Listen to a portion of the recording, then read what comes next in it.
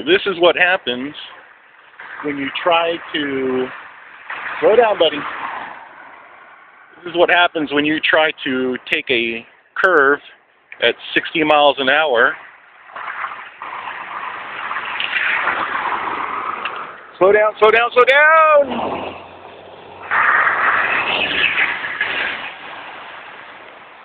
Slow down.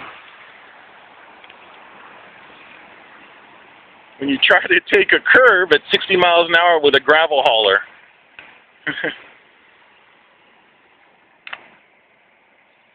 And he wasn't coming up, as a truck might look like. He was going down. I was right behind him when he wiped out. Good job, buddy.